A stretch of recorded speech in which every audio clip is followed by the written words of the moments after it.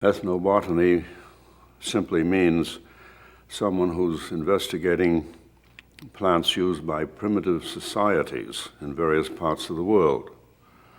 It's as simple as that. And ethnobotany has been around for many, many, many thousands of years.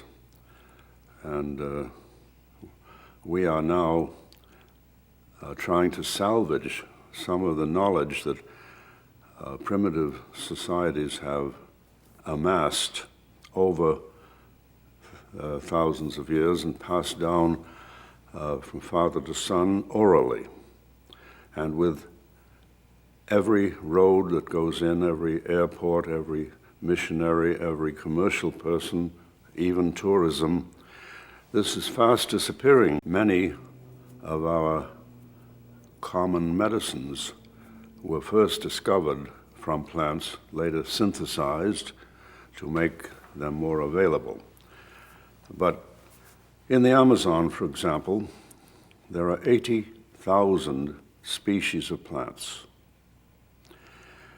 To give you some measuring rod, New England has 1,900 only. 80,000 species. If chemists are going to try to get material of 80,000 species and analyze them and then give them to pharmacologists, this job will never be done, never be finished. What we should do is concentrate on those plants that people in these societies have found have some effect on the human body. What took me first to South America was to study arrow poisons, which in 1941 were becoming very important in medicine. They are important today, as the extracts are used as muscle relaxants before surgery. But here is a case. The Indian uses these poisoned arrows to kill. We're using them to help preserve life. Completely different uses. Some of my work may eventually pan out to be of help to humanity as a whole. I've just published a book in which, in my small area of the Amazon in the Republic of Colombia, we have 1,600 species of plants used as medicines or poisons by the natives. And I'm certain that in my 47 years of work there, I must have missed a lot. But you can imagine 1,600 when the whole flora of my part of the United States, New England, has only 1,900. These people use at least 1,600. I never had any problems with Indians. The Indian in the Colombian Amazon, and I suppose everywhere else, until he's civilized, is a wonderful person if he likes you. And I guess they like me, and I like them. If you act as a gentleman among these people, they'll gentlemen. I had heavy malarial fever, and I woke up in one of these big round houses in my hammock, which they had stretched up, and I was in it. And if they'd been some of our civilized, so-called civilized people, they would have left me in the forest and taken everything I had. Adios. I never felt... One time I had a boy who worked with me about 6 weeks, 7 weeks. After the first week, he told me he'd killed a white man. And I knew the white man. And the white man had been bothering this boy's sister.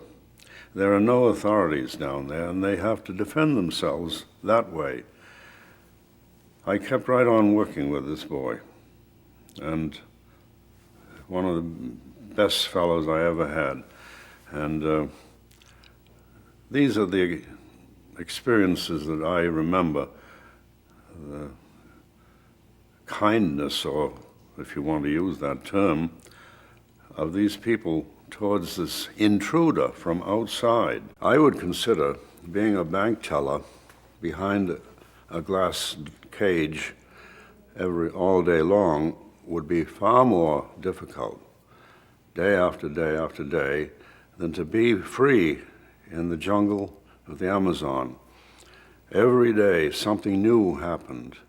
Every day I might be able to find a species new to science, which I was able to do. And any botanist who goes in a flora as big as that can do this. And this is one reason why it's an invigorating job. It's not a difficult job. It becomes another job, but a job that you're really interested in doing and knowing about people, different kinds of people, and in a flora so rich in species that the possibilities of becoming bored don't exist. The immensity of the forests. I knew from books that the Amazon was rich in number of species, but I never expected to see such a tangle of different roots, vines, lianas, going up to the tops of 100-foot trees, and it is breathtaking. And when the first, it took me maybe six months or a year to get used to this. What shall I collect with all of these plants? Of course, you wanted to collect everything. I may collect 30 or 40 different plants in a morning, the Indians paddling. And in most cases, they would say nothing if I took a plant and put it in the press. Every now and again, usually the older men, would say, "What do you want that plant for?" Now this tipped me off that they had a use for it. But you don't go right out and say, "What do you use it for?" So I invented many diseases. They must think my race is more decrepit than it is. And I said, this plant may be a medicinal plant for my people. We don't have it where I live. They may say nothing. The next day, I would collect it again in another locality. They may say nothing. The third day, I would collect it again. Then the curiosity. One of the older men would say, "That's no good for that sickness among your people." I said, "How do you know that?" "That's because we use it when we have a poisoned stomach from eating fish that's gone bad." You people, if I had said, "This might cure a sprain in my knee or my elbow," they'd say, "That won't do any good." Then they get to arguing. The younger boy that's paddling and the older man that's guiding the canoe, they might have differences of opinion. Then the older man would say, "Don't believe him, he's so young, he doesn't really know." And then, of course, you check in another river with other Indians to see if they have that same use, a different use, or no use. This is very slow work because you have to check. I worked a lot with medicine men, or they call them shamans. I like the word medicine men because it's easily understood by people. And I never found them reticent. I read in these books that are written by people who go down for a month or two how you have to pry their secrets from them. I never found this. I was there and I saw what they were using. I could speak with them about their beliefs, especially their super sacred plants. Among primitive peoples, I think in most parts of the world, certainly in the Amazon, there is no concept of organically caused sickness and death. It's all done by invisible arrows from malevolent spirits. And the hallucinogens are used in magico-religious rites by primitive peoples. They're not abused as they are in our country and Europe by civilized people who have adopted them and use them without that religious background. The medicine man and sometimes the ordinary Indians, through these visions that most of them produce, think that they are able to confer with the ancestors or with the malevolent spirits. And the medicine man thinks he can diagnose diseases which are caused by these malevolent spirits, and somehow, either with plants or with mumbo-jumbo, or both, or with certain rituals and dances, effect cures. Why do these few plants, out of 500,000 in the world, have these unearthly effects on the mind and sometimes on the body that they think can transport him to outer realms of space? They have to explain this, and they believe that in these plants there is a resident spirit. We know that this resident spirit is a chemical substance. I've often told my students I have never been invited at the theological school at Harvard to a lecture. I'm a scientist. If I am, I can go and draw the formula of these spirits, and that is more than any theologian can do with his gods. That is a hard granite rock, and nobody knows what Indians did that probably 1,000 years ago. How they did it without modern instruments, chipping that away. Some of the engravings are 1 inch deep. This is one of their gods, one of their spirits. We don't use the word God. They don't have that idea. It's a spirit. This is the spirit of water, or of the river. Ni'i, it's called in their language. And all the Indians of that area consider that the place where the first Indians came. It happens to be almost on the equator.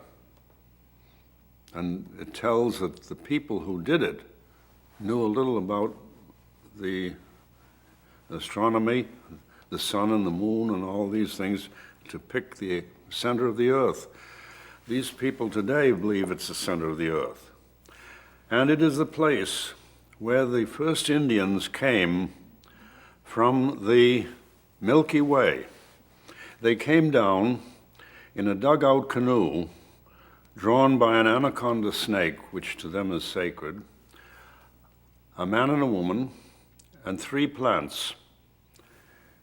The tapioca plant, which they eat, the coca, the source of cocaine, which they chew, and ayahuasca, which is a hallucinogenic vine. And they landed there. and that's a very sacred place to the Indians. I once met an American missionary woman who said, "These people have no religion." I said, "I differ with you.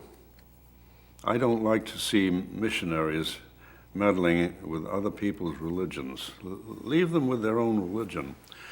They have no religion." I said, "My Indians," and I told her the story. Well, she said, "You don't believe that." I said, "I didn't say I believed it. It's,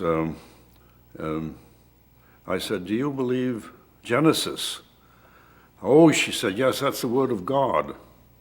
I said, "Is there anything more stupid, utterly stupid, than the story of a snake running after a woman with an apple in its mouth?" "Why," she said, "that is symbolic." I said, "So is the other thing symbolic." She wouldn't speak to me the rest of the day. When missionaries, whatever their special brand of Christianity is, come in, they change the whole social structure and beliefs of these Indians. In my opinion, what they have to give the Indian isn't a gift. He can't understand our religion. And he's lost confidence in his religion. Another thing, that when missionaries get into an area, other white people or civilized people follow them, and alcohol comes in, and all of the bad things of our civilization follow. That's not the missionaries that do that. They mean well, but with them follow our civilizations. When a missionary comes in, he says, "You've got to wear clothes. It's immoral to run around this way." They don't need clothes. The Indian who never has clothes on has a beautiful skin. He's 2 or 3 days in the river cleaning himself. The missionaries bring in, or commercial people following them sell them clothing. They can't often get soap.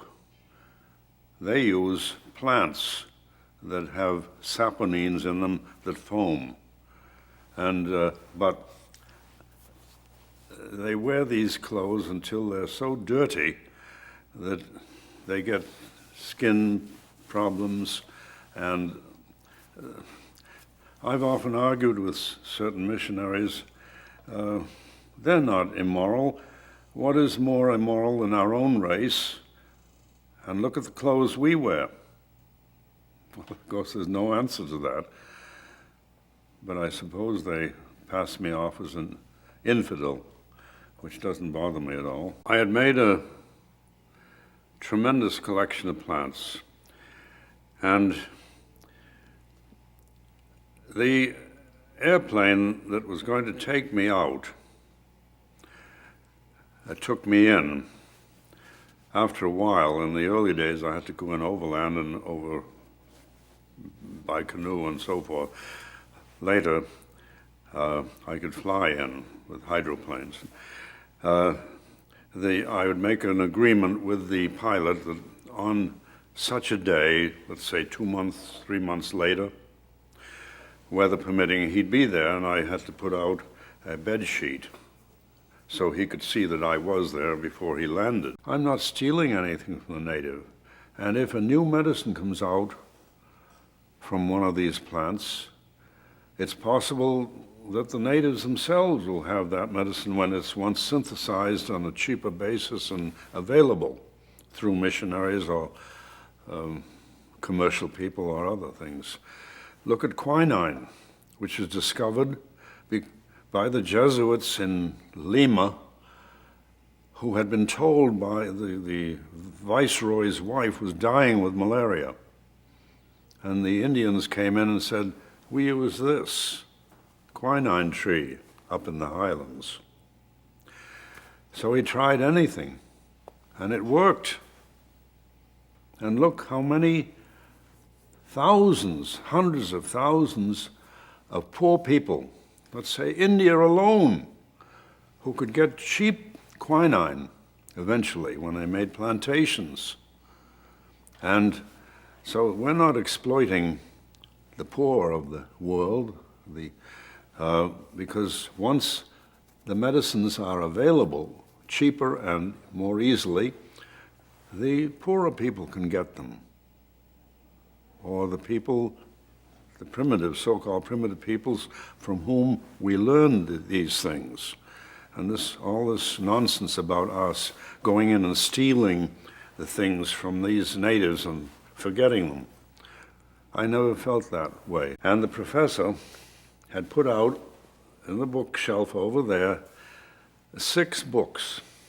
He said, instead of a laboratory this week, I want you to read one of these books.